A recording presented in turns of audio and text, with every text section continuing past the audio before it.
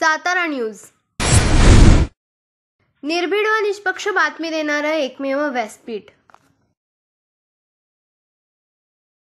फलटण तालुक्यातील सुरवडी या ठिकाणी नीरा देवघर प्रकल्पाच्या कार्यक्रमासंदर्भात आले असताना खासदार रणजितसिंह नाईक निंबाळकर यांनी विधान परिषदेचे माजी सभापती श्रीमंत रामराजे नाईक निंबाळकर यांच्यावर चांगलेच तोंडसुख घेतल्याचं दिसून येत आहे।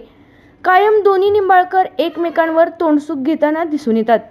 आज सुरवडी येथेच त्याचा प्रत्यय दिसून आलेला आहे। पाहुयात माढा लोकसभा मतदारसंघाचे खासदार रणजितसिंह नाईक निंबाळकर काय म्हणाले। साठी गेला, कायम दुसऱ्याला अडचणीत टाकणारी मंडळी शेवटी स्वतःच्या खड्ड्यात पडल्याशिवाय राहत नाही। हा निसर्गाचा नियम आहे।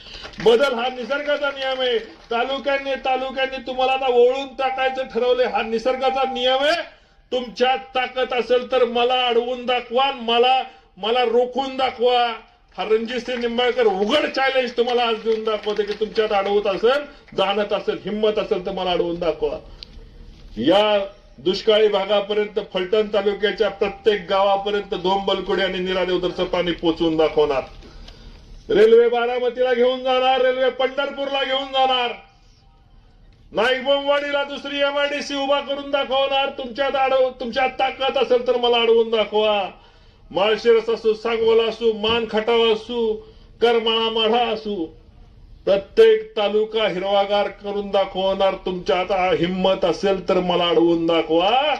आज इथं या ठिकाणी मी उघड तुम्हाला चॅलेंज देतोय। तुम्ही मला अडवायला चाललाय, मला अडवलं म्हणजे तालुक्याच्या विकासाला अडवायला चाललाय।